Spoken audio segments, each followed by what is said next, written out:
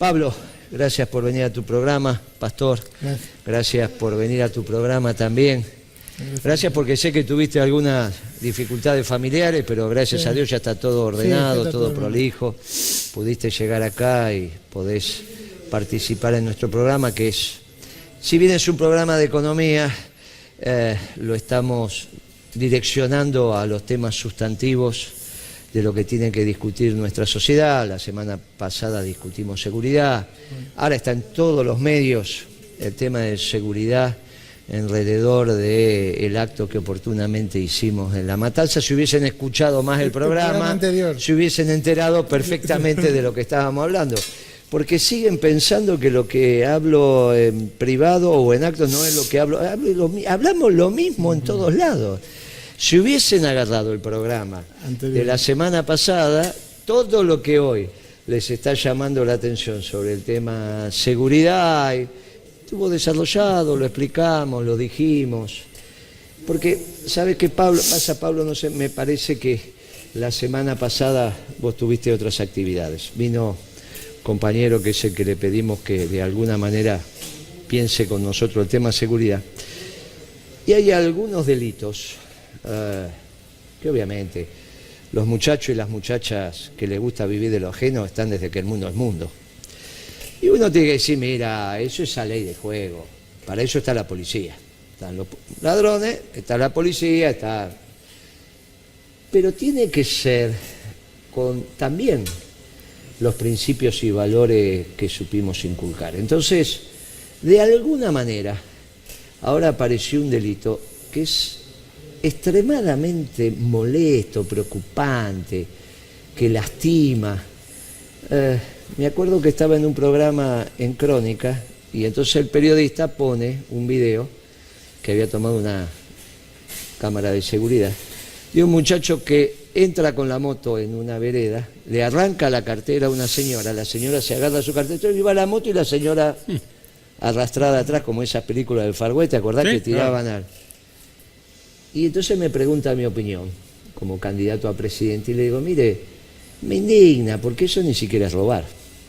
Entonces el esquema del debate fue, mire, no es robar, porque robar tiene que ver con los esquemas que hay en la sociedad, digamos, bueno, pero eso ni siquiera es robar. Entonces ese delito que molesta a nuestra sociedad, que le genera incomodidad, que le impide vivir, aberrante, que le impide vivir en comunidad. Te entran a la casa de unos jubilados y rapiñan y hacen y les pegan y los matan. Bueno, nadie puede decir, ¿vos de qué vivís? De lo ajeno y resulta que le saco la billetera a los viejitos cuando... Eso no. Entonces, ese delito con nosotros en la presidencia, en 15 días se termina todo el delito que le molesta a la gente. ¿Cómo? Y porque es muy fácil. Todos los comisarios, durante 15 días a las órdenes del presidente. Es el tema que tiene, acuciante, que tiene que resolver el presidente. El tema económico se resuelve en el Ministerio de Economía, lo vamos a resolver, ya sabemos lo que tenemos que hacer, sabemos... Ahora, este tema para que la gente pueda caminar y a tomar el colectivo, decir, mirá, dejo la puerta abierta, estas cosas de ratería, eso hay que terminar. Y la estructura policial tiene que tener claro que ese va a ser un esquema de comportamiento y de su actitud profesional. Entonces no que el secretario de Seguridad, que el ministro, que un gobernador, dependen directamente del presidente durante 15 días. Gobernador que diga, no, mire, yo, bueno, ese gobernador se hace cargo. Entonces firma un convenio, durante 15 días el Poder Ejecutivo Nacional se hace cargo de la seguridad en todo el país. Y ese tipo de delitos se le explica, se dice, mire, después el resto es, escúchame, siglos. Obviamente la policía, los profesionales actuarán, harán las cosas que tienen que hacer. Y volvemos a un esquema donde razonablemente transites por la calle y no que tu señora va a hacer las compras y no sabe, la otra, bueno, vos ahí en San Vicente lo vivís cotidianamente. No puede ser, no puede ser. Ese tema hay que terminarlo y volver a construir la comunidad. Para eso obviamente que están nuestros pastores, para eso están nuestros curas, para eso están los policías, están los bomberos, están los directores de las escuelas. La comunidad tiene que hacerse bajo la tutela del presidente, porque si no parecería ser que no hay principio de autoridad.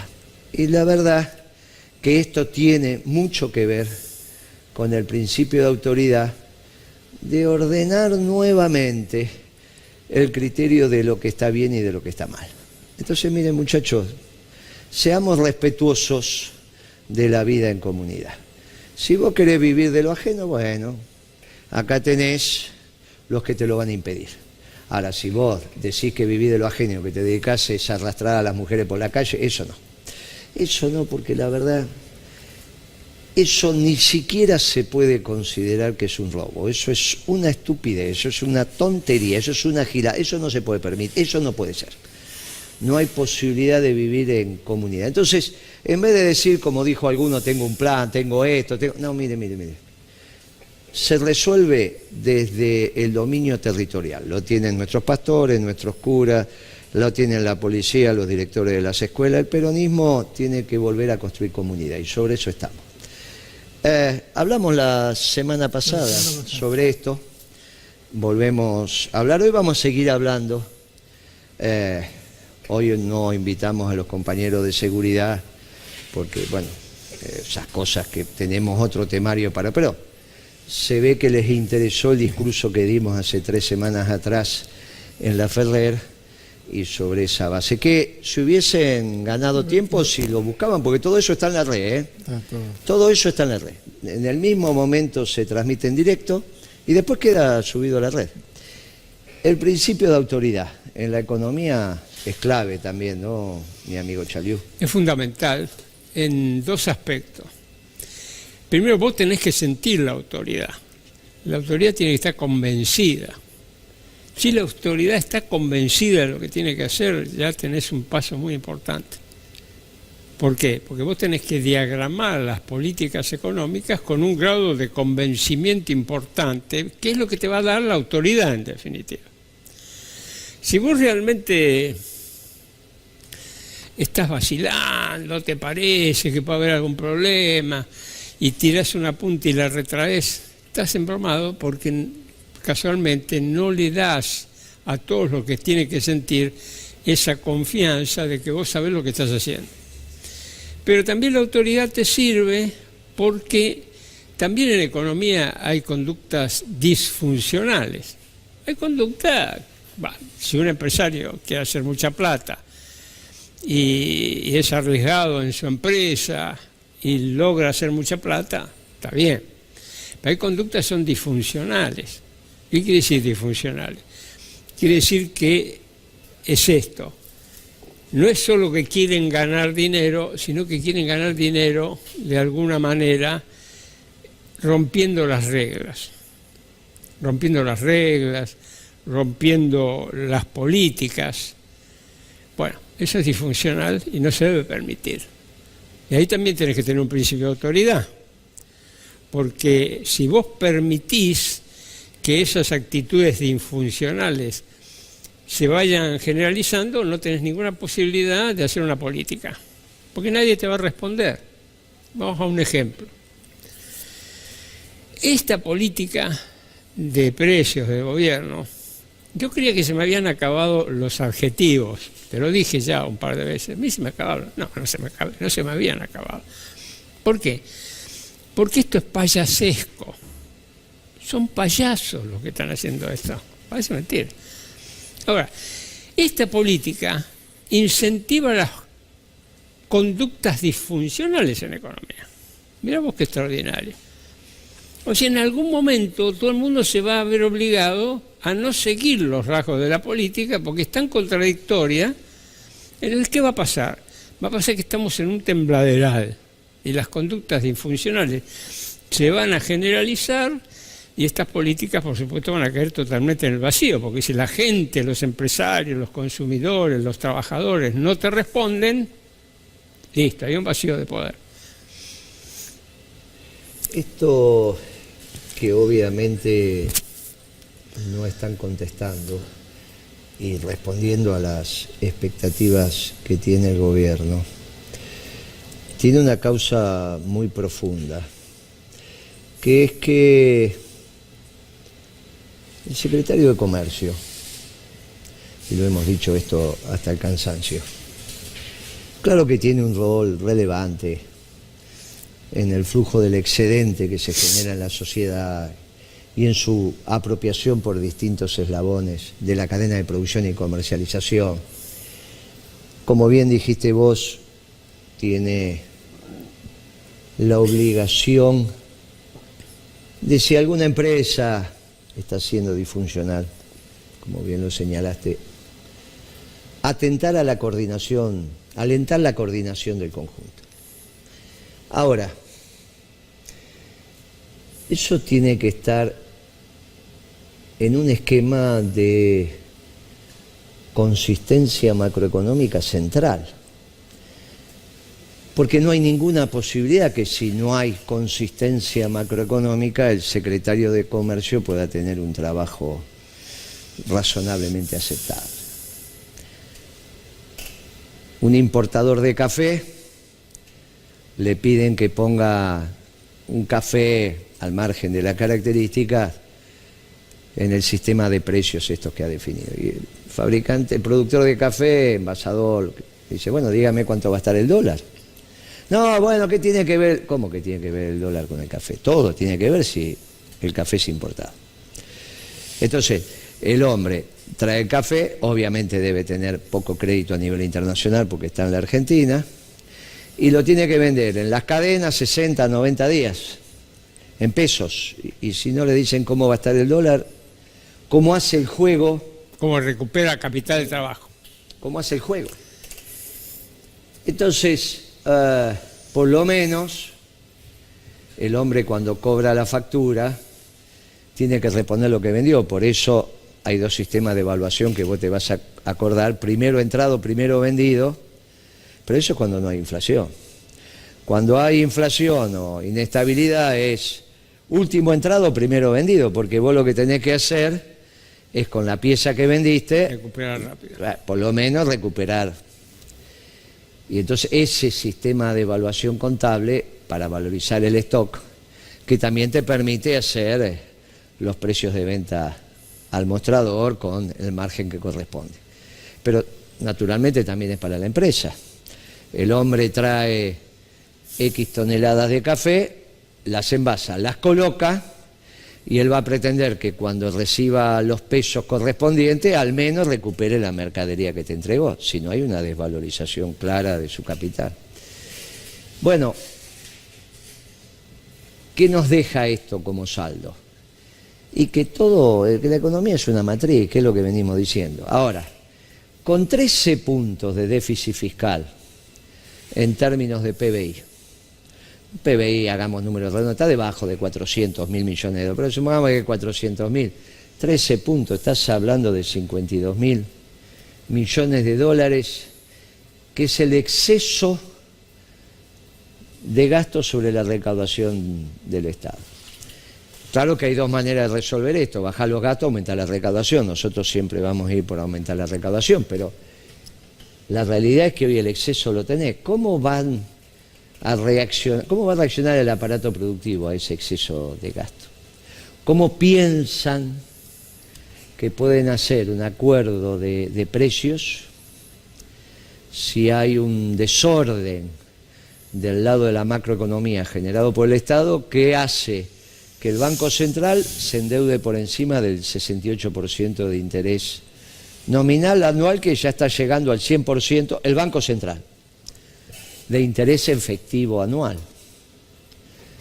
¿Pero qué sentido tiene esto? ¿Pero cuál es la lógica? Piensa, no, porque en realidad si nosotros controlamos el dólar, le damos una variable y la tasa de interés no va a costos. Eso no es un costo de las empresas, la tasa de interés del capital que tomás. ¿Pero cómo no va a ser un costo? Y entonces, encima es un costo sobre el capital que tomás, que cada vez los intereses que pagás los tenés que repartir en menores unidades vendidas, porque como cada vez vendés menos, claro, en realidad la tasa de interés sobre el préstamo tomado pasa a ser casi un costo fijo. porque la tasa de interés ya tomaste el contrato y ya la tenés que... ¿Y de dónde vas a sacar ese interés que tenés que pagarle al banco o al que te prestó? De las unidades vendidas. Por lo tanto, entra en el costo sobre el cual le vas a tener que poner el margen razonable. Si vos decidís trabajar sin margen o sin margen acotado, bueno, eso lo podés hacer un tiempo. Después, ¿cómo sigues? Más, yo creo que ahora las empresas deben tener un margen muy acotado. Y entonces, ¿cómo hay inflación? Y bueno, porque la unidad vendida está reconociendo los costos plenos. El costo de la tasa de interés, el costo de la masa salarial sobre menos unidades vendidas. Solamente eso ya te genera una presión de costos que vos los has explicado muy bien. ¿Y qué es lo que está generando este incremento de los precios? Presionado por la estructura de costos. Vos fíjate que tu análisis es impecable, pero vos fíjate lo siguiente: los costos que están aumentando son todos responsabilidad del sector público. Es el propio gobierno el que está haciendo que aumente. Entonces las empresas se encuentran en la necesidad de transferir, porque si no tienen pérdidas patrimoniales. De hecho, fijémonos lo que están perdiendo todas las empresas, están cerrando. El cierre de negocios minoristas es alarmante hoy en día. Pero vos fíjate que las empresas quieren vender y se encuentran con un pozo recesivo que es el propio gobierno el que lo está imponiendo. Entonces, es el gobierno que te pone el cepo y te pone una horca a los empresarios. Y después les dice, no, vamos a poner este acuerdo de precios. No. Vamos, ¿cómo se puede definir esto? Yo lo defino de una manera. A ver. Esto es una manifestación voluntaria de un grupúsculo de empresas sobre el autocongelamiento de los precios, avalado por un compromiso de caballeros. Porque vos dijiste muy bien, ¿cómo puede haber esta política de precio si no hay consistencia macroeconómica? Yo te lo hago más grave. No solo no hay consistencia macroeconómica, estas medidas son inconsistentes, yo las llamo payasescas. ¿Cómo vas a controlar vos los precios de un acuerdo de caballeros? Decime, ¿dónde está la figura ponible de que si vos no cumplís un acuerdo de caballeros te corresponde una sanción legal? ¿Dónde está eso? ¿En qué ley? Dijeron, bueno, a ver, la de lealtad comercial. ¿Me querés decir que tiene que ver lealtad comercial con controlar los precios? No quieren decir que van a aplicar la ley de abastecimiento, porque sería, aplicar la ley de abastecimiento, Guillermo Moreno, los peronistas, entonces no quieren decir, y hablan de la lealtad comercial que no tiene absolutamente nada que ver con la posibilidad que el gobierno controle los precios.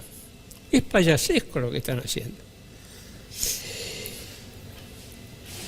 Ciertamente la única capacidad de sanción que tenés es la ley de abastecimiento, si la autoridad de aplicación define el precio, o sea, tiene que definir el precio, y la cadena lo tiene que cumplir y define el precio, planchada de fábrica y depósito de distribución, y obviamente después precio de mostrador.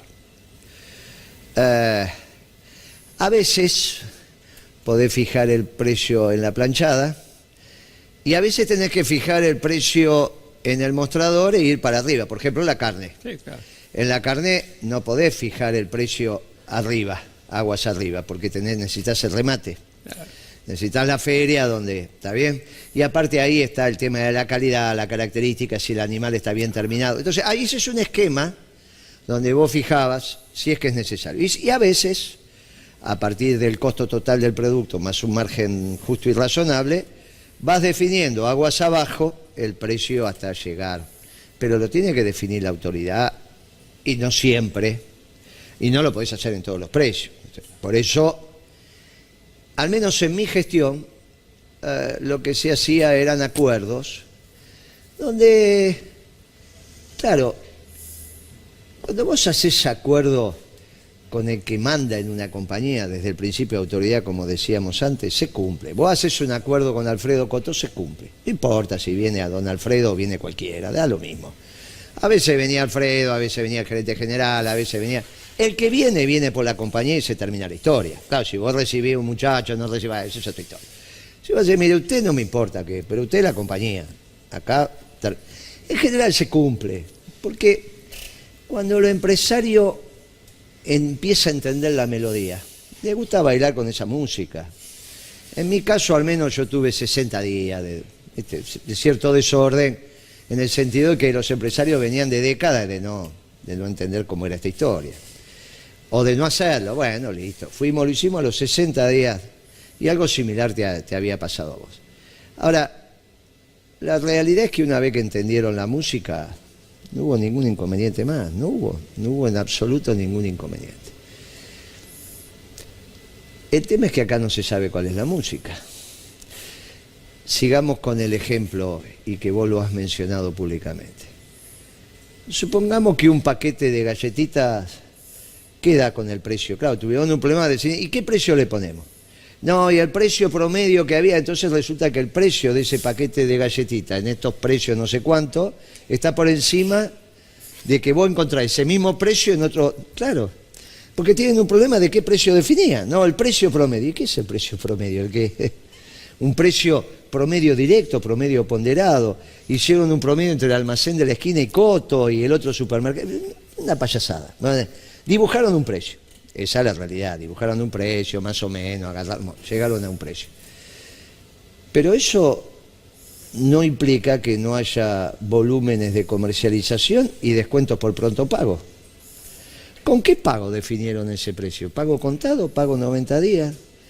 Claro, ni siquiera empezaron a analizar esas cosas. Entonces, lo que te va a pasar ahora, que los chinos van a tener los precios más baratos porque pagan contado, más alguna otra argucia que hacen. O sea, el mismo producto, vos lo vas a tener en estos precios, no sé, sugeridos, especiales, no sé cómo se llama. Esenciales. Lo vas a tener. Sugeridos esenciales. Y en los chinos lo vas a tener más barato. Porque van a ir sobre ese precio, le van a poner la plata arriba de la mesa y simplemente... Claro, ese es el problema que empieza a tener Coto, que no tiene otra, digo Coto puede ser Walmart, Carrefour, no tienen otra alternativa que ir al acuerdo, porque te llaman, tenés que ir, pero dice, momentito, yo lo voy a poner, tomar, y ese precio no es mío, es de ustedes. Si yo consigo mejor precio, no, bueno. ¿Y si el chino consigue mejor precio? Porque si a ese producto, salvo que el fabricante diga, bueno, no lo vendo, este producto solamente... para los precios, bueno, pero entonces es un absurdo. Construyeron como la Serenísima una marca especial para ese tema, porque los de la Serenísima se dieron cuenta que empezaba a pasar esto. Porque la Serenísima baja la mercadería y te cobra, claro, pero no en los supermercados. El supermercado no es así. Entonces ahí hay un tema, por el volumen y por el pronto pago, que no lo tuvieron en cuenta, porque no saben. Entonces, sobre el poco ordenamiento que hay, encima hay temas que le quedaron afuera. Una cosa absurda. Pero espera, voy a decir los temas que le quedaron afuera. ¿Cómo van a decir ellos congelar, autocongelar, mantener fijos los precios si no hablas nada de los insumos? ¿Cómo puede ser eso? ¿Cómo se puede entender? Es una locura. Hay una disposición que a mí me llamó mucho la atención. Un dicho de alguien, dice, bueno, esto de la lealtad comercial va a servir para que los chinos no vayan a comprarle a los supermercados en grandes cantidades estos precios esenciales. Oh, ¿qué es esto? Vos decís, ¿cómo puede ser esto? Quiere decir que están especulando con que las empresas le van a vender a menos precio a los supermercados que a los chinos. ¿Cómo hacen esta discriminación? No puede ser. Es todo, vos dijiste que hay un desorden. Esto, en vez de tender a un mayor orden, tiende a un mucho mayor desorden. La sensación que tengo es que ciertos decisores políticos dijeron, bueno, algo hay que hacer, y cuando bajaron al que empuja el lápiz... se encontró con el vacío absoluto. Claro, porque vos tenés que conocer del mercado. ¿Entendés? Tiene más de 40 años de mercado. Yo tengo 40 años de... Entonces conocés estas cosas. Vos cuando comprás la mercadería no es lo mismo si pagás contado 30 días, 60 días, el volumen, pero aparte es la relación. Entonces, ¿qué hicieron? El máximo descuento con el mayor volumen para Coto y para la cadena regional, el Pájaro Azul o como se llame, ¿cuál hicieron? Es ridículo. Es ridículo. Suponiendo que ahora, porque yo no sé si hay otro lácteo, suponiendo que la Martona se tiene que vender en San Luis o en Catamarca y la logística de General Rodríguez no está metida en el precio, sí, está metida en el precio. A Catamarca y esa la pagás vos acá en Soldati. Pero es ridículo lo que han hecho. Todo es de un nivel de desconocimiento muy profundo del arte de gobernar, que no es otra cosa que una sumatoria de conocimiento profesional y sentido común. El sentido común, que nosotros los economistas decimos siempre, bueno, es el menos común de los sentidos. Hay un sentido común que deviene de la experiencia, de la propia práctica. Hay algo que viene del conocimiento teórico, pero después viene de la práctica, de la negociación del día a día con tus proveedores y con tus clientes. Que vos los conocés en la medida que vas andando. Y el problema es, tomaron la decisión en el núcleo duro de Cambiemos, algo dijeron tenemos que hacer. Dije, bueno, es obvio que Sica, pero Sica es un muchacho que es un consultor, toda la vida fue un consultor. Ni siquiera es Quintana, que al menos manejaba Farmacity, Habana, qué sé yo, Fredo. Está bien, él los manejaba desde un fondo de inversión, pero bueno, al menos los números... Sentía el olor de lo que pasaba. Claro. El otro muchacho, Lopetegui, bueno, fundió un negocio, pero al menos manejó el Equidescon, lo inventó, lo vendió, manejaba. Entendían algo, todo el resto, empezando por el ministro de Producción, que es un muchacho que viene del peronismo, que no entendemos ni vos ni yo qué hace ahí. No, sí, no entendemos. La verdad que sí, salvo que sea por un tema muy personal de él. O de la industria automotriz. No, ni brasilera. siquiera. No, pero ni Lo siquiera. digo ¿De yo, qué le no, sirve? no, bueno. ¿Y de qué le sirve? No. ¿Y pero de qué le sirve si no tienen permiso? ¿Qué? ¿Por el flex? Que diga, no le hacemos las sanciones por el flex, por eso ponemos un ministro. Bueno, por eso... Me parece que lo podían conseguir de otra manera, poner un ministro... Yo la verdad que, bueno, no sé, que esté pagando favores, decís vos. Bueno, puede ser. No se me había ocurrido pensarlo. Yo sé que es un hombre vinculado, porque es el primero que sacaba los datos de lo que pasaba con el comercio con Brasil, eso evidentemente porque se lo mandan los brasileros. Así Después es. al rato viene ¿viste? La balanza comercial Argentina-Brasil, la publica Argentina y la publica Brasil. Lo que pasa es que Brasil la publica antes que la Argentina. Es la balanza, los dos vamos a dar el mismo resultado, algún tema, bueno. Pero este muchacho con su consultora la publicaba casi al mismo tiempo que los brasileros publicaban. Bueno, evidentemente, no importa, bueno, son detalles. Pero la verdad que no, pero no es un hombre del comercio, no es un hombre que entienda esto, no es un hombre que... Ni de la producción. Bien. Entonces cuando dijo, bueno, vamos al ministro, vamos a la Secretaría de Comercio... Y menos de la industria de alimentación. Vamos al secretario de Comercio. El secretario de Comercio me parece que es un abogado que habrá ejercido la profesión, pero no... Ahí tendrían que llamar a Brown, pero al tío. Al que administra... La anónima, claro. No. Ahí si quieren llamar a alguno, tienen que llamar a Brown, creo que Federico, el dueño y el CEO de ser presidente, CEO, de la anónima. Entonces ahí sí tenés un tipo que razonablemente entiende el comercio, nadie le puede decir nada, y hubiese ordenado esto, pero no. El sobrino ahora es el segundo en economía y el secretario de comercio, que creo que es comercio interior. Pero de todas maneras el concepto está esencialmente equivocado. Porque eso de tener un minúsculo número de empresas que tienen un minúsculo número de marcas comerciales no significa nada. Son 16 empresas para 40 porque hablan de productos y dicen arroz, fideo, nada que ver. Son marcas comerciales.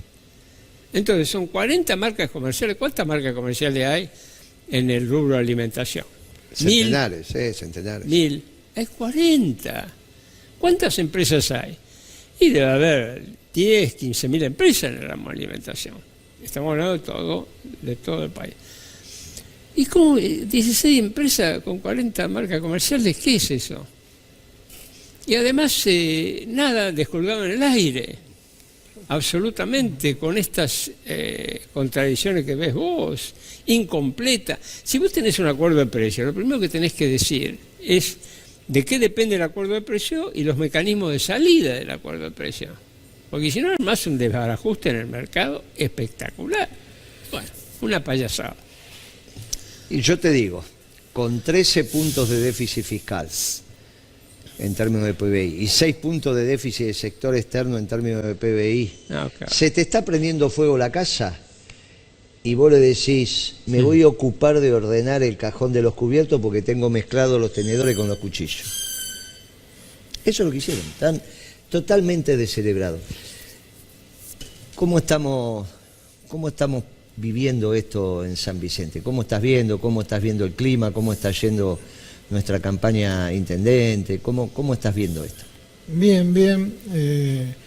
O sea, bien en lo personal. Sí, claro, en la campaña. En la campaña. Después, bueno, el tema de la gente con necesidades, cada vez se ahondan más.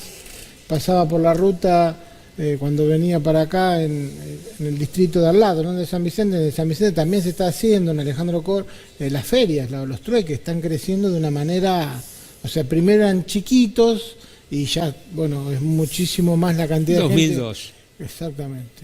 La verdad que es como que uno es desesperante y uno como que vuelve a revivir toda esa parte. El trueque. Exactamente. El trueque. Claro. La gente cambia, que sea la ropa que le sobra por algo al otro que le sobra, no sé, un paquete de fideo, empieza a tratar de sobrevivir, ya no ni de vivir, ¿no? Porque la verdad que es complicado. Hay necesidad y no hay. Y aparte, yo lo escuchaba atentamente a ustedes dos, y lo que principalmente le falta al gobierno es falta de credibilidad. No le creen los empresarios, no le cree la gente, no le cree nadie. O sea, la gente común dice, ¿qué van a poner precio?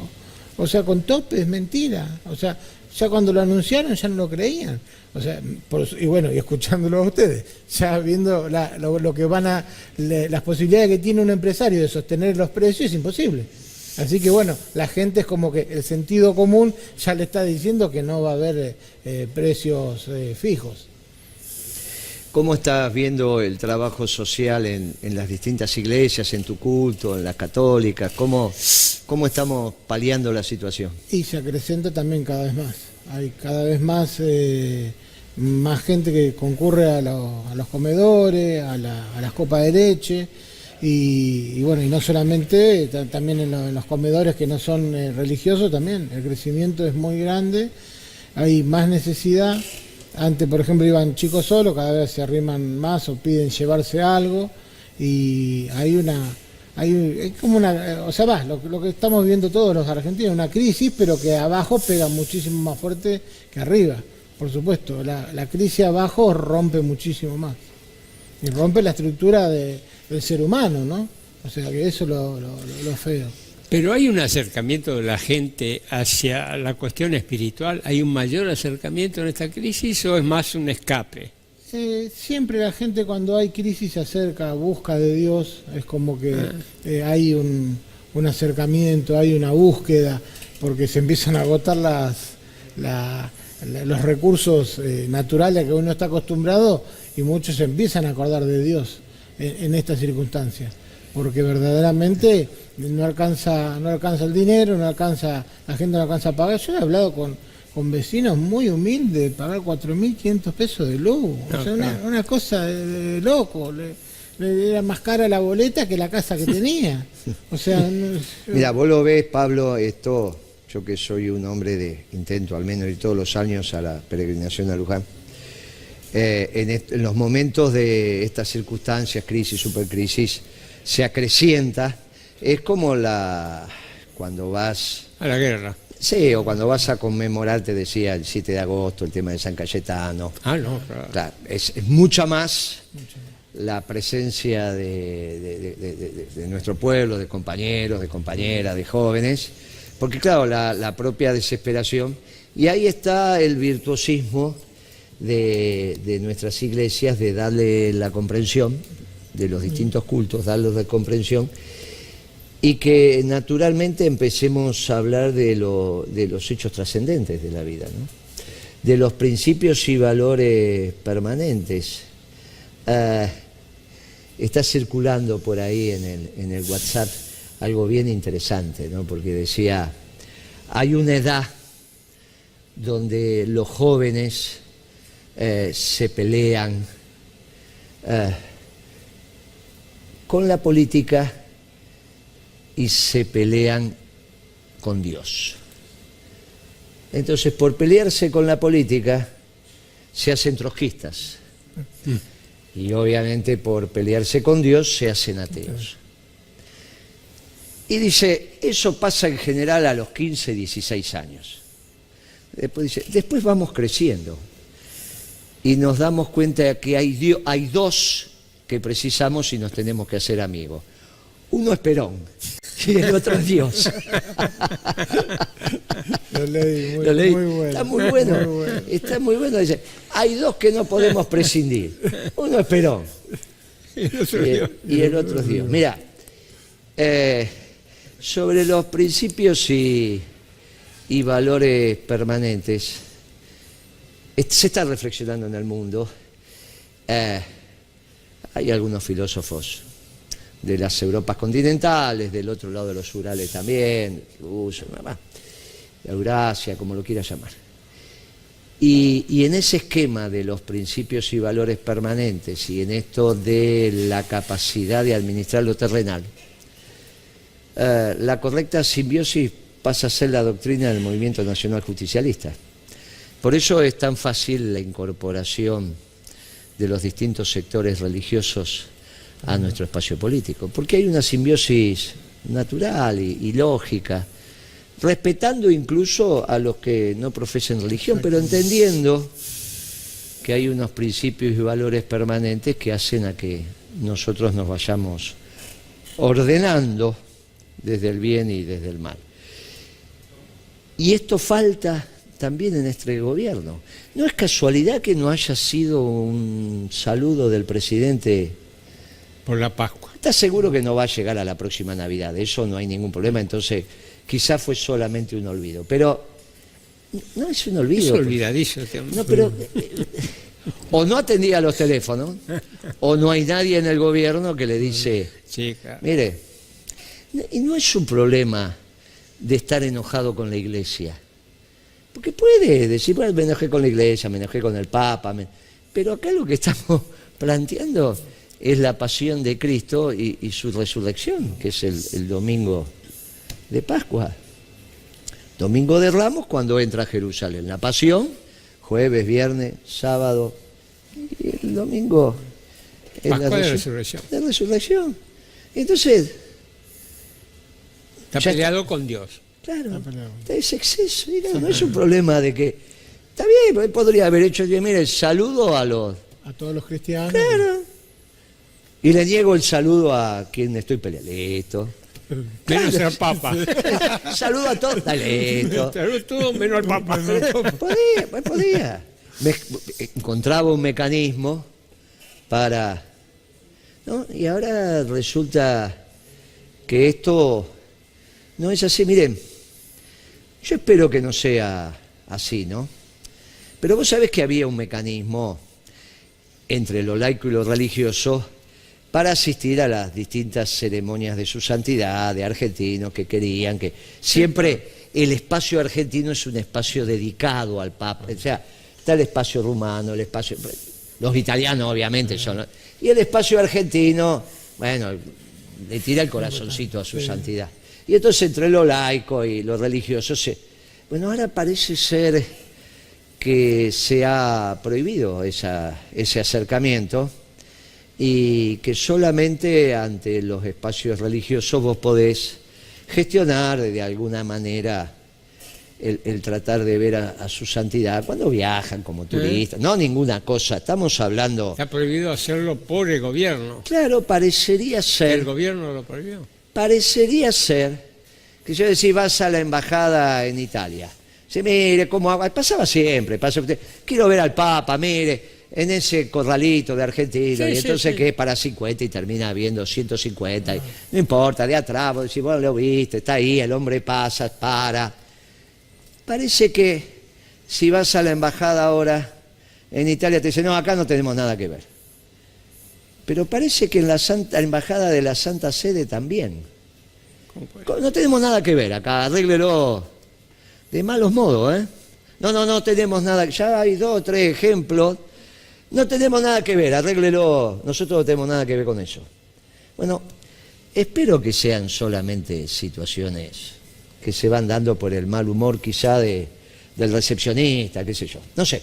Pero escuché algunas cosas como esa y las digo públicamente porque me preocuparon, ¿eh? Porque era un servicio que daba, que me tocó incluso vivirlo. Con esta barbaridad de inconsistencia macroeconómica, esto no va a ningún lado. Y te digo a vos, mi querido pastor, mientras esté Macri, mañana va a ser peor que hoy. Entonces, es muy fácil.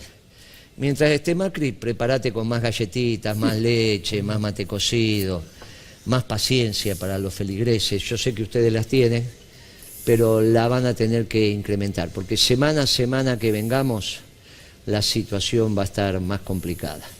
Pero bueno, eso va a hacer que tu campaña se facilite y no hay ninguna duda que vamos a tener un intendente vinculado al hecho cristiano en San Vicente, que para nosotros es muy importante y que sos vos.